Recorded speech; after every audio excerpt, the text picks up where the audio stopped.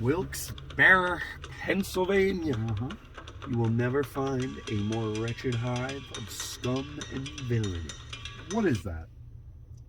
What's what? That's something. No, it's not. Yes, it is. I've heard that before. It's Star Wars. It's Star Wars. You're just quoting Star Wars to me, Skids. I wasn't even quoting, Mr. President. I was trying to pass it as my own. Man, what have you become, Skids Monroe? What have you become, Mr. President? Little Mike Dukakis? I voted for you. I hated what they did to your father. They laughed at him like they did my parents. They sold snakes. I'm getting through it. Okay. But come on, does this not feel like an end to you? An end? What do you mean by that? Like, come on, like how about tonight? I'll go out. I'll go pull some fish. I'll fish, some trout out of the river. No. We'll dine like kings tonight. No, we're not dining like kings. We're not eating more trout. What we need to do is get to that radio station. We need to make sure that you're ready to get to that radio station, Mr. President. What are you up to, Skids Monroe? I'm fixing. Let me fix. Well, good afternoon, Richard. Hey, Arch. Who decided you would get a free pickle with a sandwich? I've always just assumed the pickle was factored into the cost. No, I'm pretty sure it's free. That had to be white men in the 50s. Man, being a white man in the 50s. I only have rights. I knew General Patton. I want a fence and daughters. I want a car hot off the assembly line. My wife is to pack my lunch in a basket. There will be a whole loaf of bread. I want free pickles with my sandwiches. Hey, did I just start the meeting? Oh my goodness, Richard. It's not your thoughts on milk today, is it? No, but one day I would like to discuss that. Well, today would be a good day. Freeze, apes. Jeez, apes. Apes? Did you just call us apes? No, apes. Oh, apes. Yeah. Oh. I'll call you whatever I want to call you, you brick shit house. You know what? Oh my God, this is that bisexual thing. I knew something was going on. This is something. You better stick to your own street, you bald fuck. See here, sir, this is for the Wilkes-Barre Tea League. Cue me! I knew this was gonna happen. End of the world was too pretty for too long. Where's your diaper, old man? Where's your diaper? Off me, sir. What diaper? Where's your diaper? Where's your ancient little football helmet? Your old timey football helmet? Your diaper? Stop! Cue me! Holy shit, it's a cube. He's punched my eye. You want ice? Do I still make ice? It's a good topic for our tea club. Please, call out that cube. I'll wear a diaper, any kind of sick thing you guys want. Nobody wants you to wear a diaper. He's right. I'm Richard D. Crow. I'm a DJ. I just go on tangents. From the Richard D. Crow Show? Yeah. I've been listening to your show since day one. I saw that same Horace. I thought I smoked too much ghosty weed with my ghost until you said that you saw it too. I'm sorry, you have a ghost? Well, I don't own him. Actually, he's missing. Oh, no, I'm sorry, man. What's his name? Capes. Capes, really? Okay. Here, Capes. Here, what? No, he's not like a dog. Oh, like that. Why did you punch me? I thought you were like a really bad dude. I went on this whole thing. I fixed my whole bike. I learned how to free dive with Frankie. Fuck my foot. For what purpose? To take you out. I just have a bad feeling about you. It happens. Hey, you should join our club. He's a savage who belted me in the eye, Richard. Look, we've seen no one forever. It's been you and me and QB and that's it. And I think this guy has some kind of like really raw energy that, he might bring up some neat stuff like about wrestling or gin. I once drank 3 bottles of gin and walked barefoot through the streets of Paris. Well, we need a vote then. It's going to be We'll a vote. tie because We'll QB vote. has no arms. I knew this guy sucked. He won't let me in this club just because I tackled him to the ground and punched his eye. Still hurts. He doesn't suck. Well, whatever. Maybe the lesson I was supposed to learn chasing you down is there are still shitty people all over this planet, and we're better off on our own. Maybe that's it.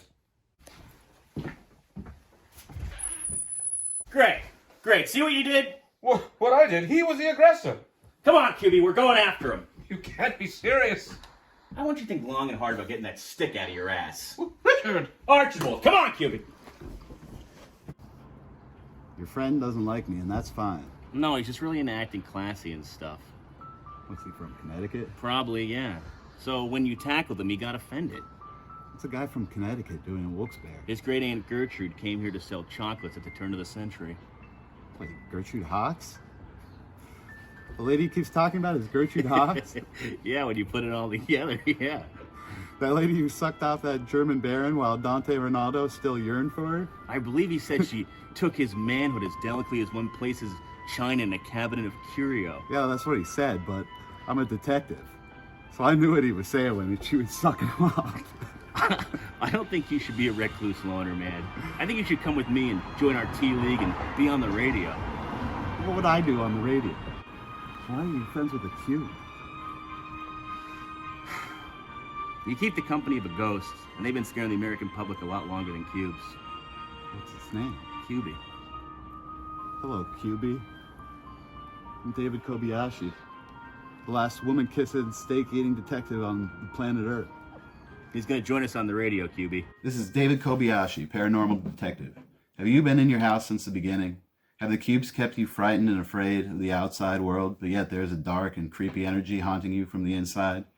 Do you feel like you're between the worlds of the living and death? Are you being haunted by a ghost? Let's discuss. Please call WPPX now to talk paranormal with me. Hey, this is Gabe from Kansas City, longtime listener, almost constant caller. Hello, Gabe. Have you been experiencing some spooky ookies? Is it weird out there? I've definitely been experiencing spooky ookies, and it's a differently weird out here. Go on. I got this old woman ghost that walks in my kitchen at night, and she sings Youngblood by the Coasters. Great track. No, not bad at all. Top 5 coasters? Easily. Go on, Gabe. Well, she opens my refrigerator, and she smashes all my eggs on the floor. I've tried yelling at her. I've tried begging her. Because, you know, for me to get eggs, I have to go up to the farm on the outskirts of town and steal them like a fox, you know? Like the animal a fox will steal eggs. Sure, I think we all get that, Gabe. Yes, you know how it's a lot of effort to crawl into the hen house and cut a hole and climb in there. And I frighten the hell out of them. I get scratched, and I get clawed, and then there's feathers on me. I only managed to steal maybe a few eggs before the farmers come out firing his gun. Wow. Yeah, so I appreciate it if this freaking ghost would stop smashing my eggs. So anyways, you got any advice for me? I do. Look, my friend Capes, who, if you're listening, please make some kind of contact soon. I miss you, bud. My friend Capes was very afraid of eating strange kind of eggs. And since you're just bringing these eggs home in your hands and sticking them in your refrigerator unlabeled, my guess is the ghost is just trying to prevent you from eating some, say, lizard egg or something. Really? Absolutely.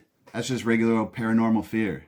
Try getting a tiny box and labeling it chicken eggs and putting the eggs in there, and I guarantee that ghost will stop. Oh, Jesus, I hope so.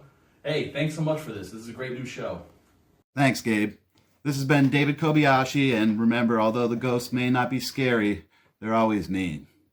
Stay tuned for Midnight Spaghetti with Richard D. Crow on WPPX. Jesus, what a rush. That was amazing.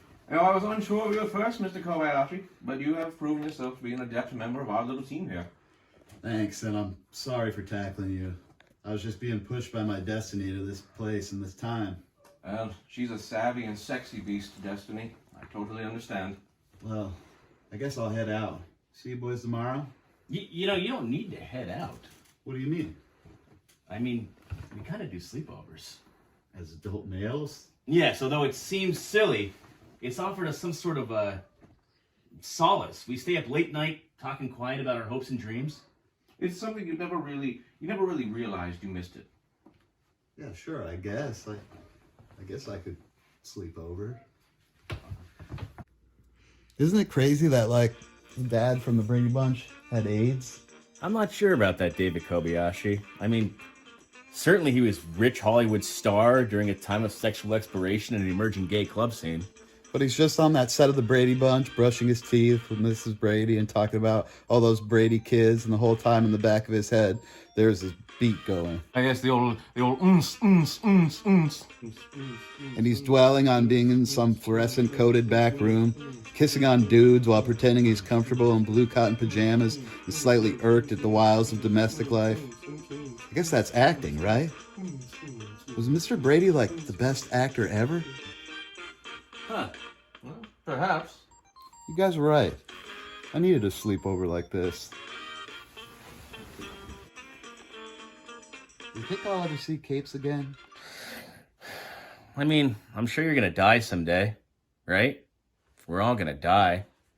And maybe that's the only comforting thing, you know? that you'll get to see everyone again.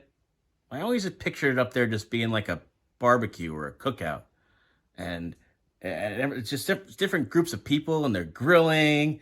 And even if you have to man the grill, you don't sweat. Yeah, I never asked Capes. Then again, he never really talked about heaven. He just talked about stuff like living in my walls and eggs. You know what I hope? I hope if I go to heaven, I get to be one of those cottage lesbians. You know, with the haircut, sweaters, they've always got an axe. Maybe, you know what? Maybe I'll even find a blind dog to love and nurture more than I could any man. Oh, that's what it is. Yes, indeed. Oh, that's what it is, all right. More trout, Mr. President? Nah, thank you. I mean, it's good trout and all, but it's just, I've had too much trout. You know, you can only have so much trout. I'm sorry. Mr. President, what are we heading toward here? Well, we're getting to the radio station, you know, to try to captivate that old fighting spirit, that hoorah, you know, that energy America's always had. We need to do that, and then, you know, I'll be honest, you know, I have a plan, but it's... What is it? I don't have a plan. I ate too much trout. Mr. President, I think it's important for men of your stature to experience trout in this way, like this. Something from the fresh water. Something that's always been there, but never appreciated as it should be. You know, Mr. President, tonight is the thunder moon.